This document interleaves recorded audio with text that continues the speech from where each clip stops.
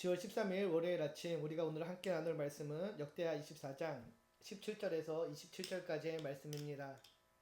오늘 본문은 남유다의 요아스 왕이 여호야다 제사장이 죽은 후에 어떻게 변질되어 버리고 결국은 하나님과 사람에게 버림받는 비극적 결말을 맞는 장면을 보여줍니다.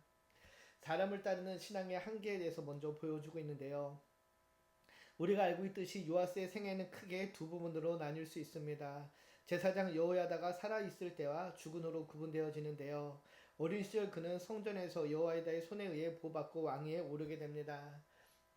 본문 24장 1절에서 2절을 보면은 이렇게 이야기하죠. 요아스가 왕위에 오를 때 나이가 7세라 제사장 여호야다가 세상에 사는 모든 날에 요아스가 여호와 보시기에 정직하게 행하였으며 제사장 여호야다가 세상 사는 모든 날에 요아스가 여호와 보시기에 정직하게 행하였다라고 이야기하죠.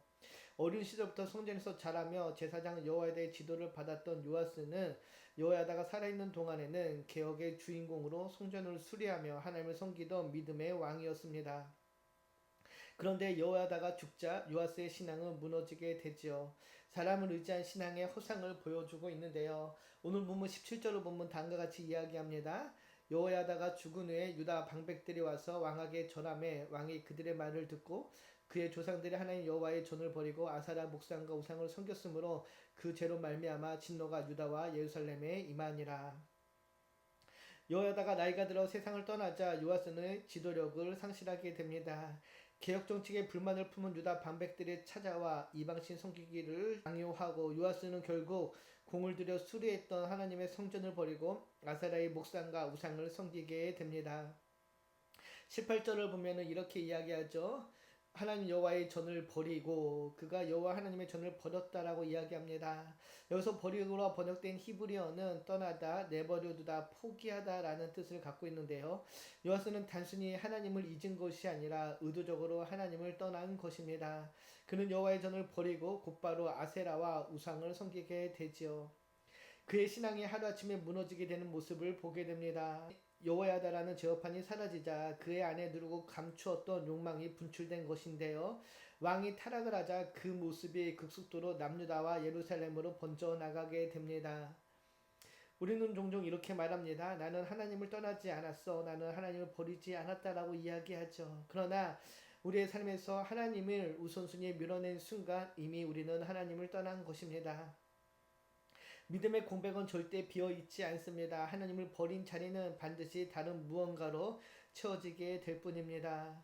혹시 오늘 나의 삶의 중심에 하나님이 계십니까? 아니면은 세상의 시선과 사람의 말과 이익의 논리가 그 자리를 차지하고 있습니까?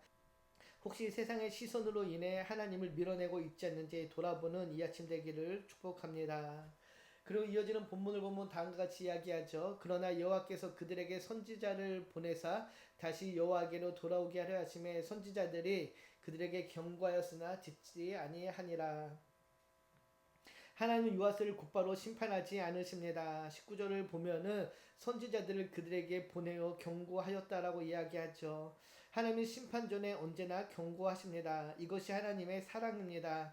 요아스가 잘못되었을 때 하나님은 선지자들을 보내어서 회개할 것을 촉구하셨습니다. 그러나 요아스는 그 말을 듣지 않았습니다. 이어지는 본문 20절에서 22절을 보면은 요아스가 어떻게 행했는지를 알 수 있는데요. 스가랴 선지자가 마지막으로 와서 하나님의 말씀을 전하지만은 그는 하나님의 말씀을 듣지 않습니다. 20절을 보면은 이에 하나님의 영이 제사장 여호야다의 아들 스가랴를 감동시키매 그가 백성 앞에 높이 서서 그들에게 이르되 하나님이 이같이 말씀하시기를 너희가 어찌하여 여호와의 명령을 거역하여 스스로 형통하지 못하게 하느냐 하셨나니 너희가 여호와를 버렸으므로 여호와께서도 너희를 버리셨느니라 하나.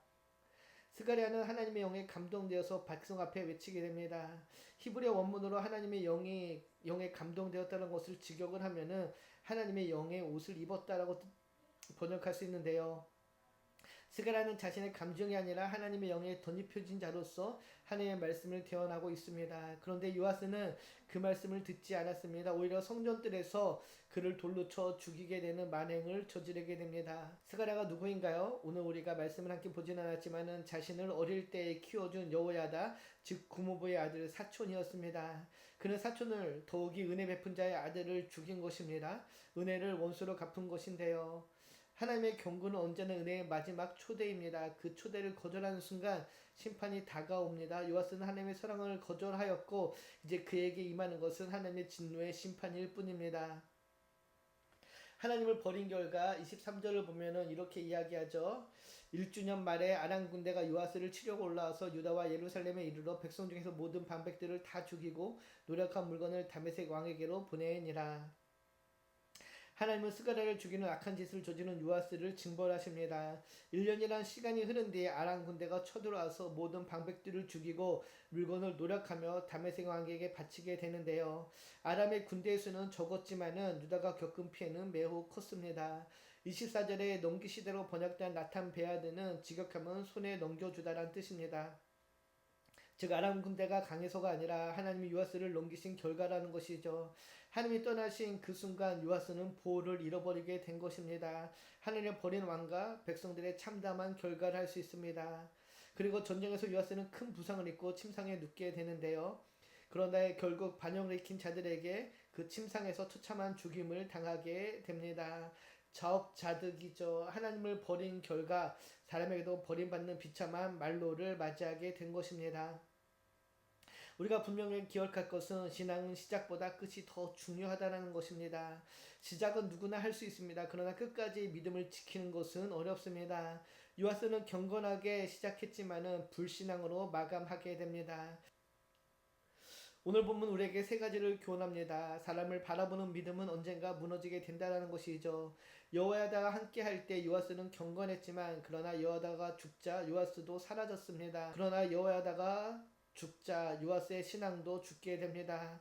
우리의 신앙은 사람이 아닌 하나님께 뿌리 내려야 됩니다. 하나님의 말씀에 뿌리 내어진 신앙이어야지 바람에도 흔들리지 않게 됩니다. 하나님의 경고는 또한 사랑의 마지막 손길임을 기억해야 될 것입니다. 스가랴 외침을 무시한 순간 요아스의 인생 역시 끝나게 됩니다. 하나님의 말씀하실 때 즉시 돌이키는 믿음의 결단이 필요합니다.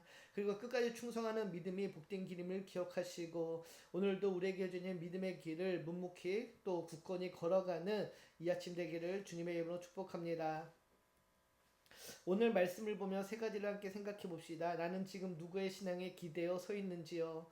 하나님의 말씀의 경고를 들을 때에 나는 회개하는가 아니면 변명하는가, 내 신앙의 끝자락에 하나님 앞에 충성된 모습으로 남아 있을 수 있는지 한번 돌아보는 이 아침 되기를 소망합니다. 기도합니다. 참 좋으신 하나님 감사합니다. 오늘 본문의 요아스의 실패를 거울 삼아 사람에게 기대는 믿음이 아니라 주님을 바라보고 주님의 말씀에 뿌리 내리는 우리의 믿음 되기를 소망합니다. 우리를 향해 말씀하시는 하나님 음성에 날마다 귀 기울이게 하시고 우리의 마음이 날마다 새롭게 변화를 받아 하나님의 선하시고 기뻐하시고 온전하신 뜻을 이루어가는 우리의 삶이 되게 하여 주시옵소서. 감사드리며 우리를 권하신 예수님의 이름으로 기도드립니다. 아멘.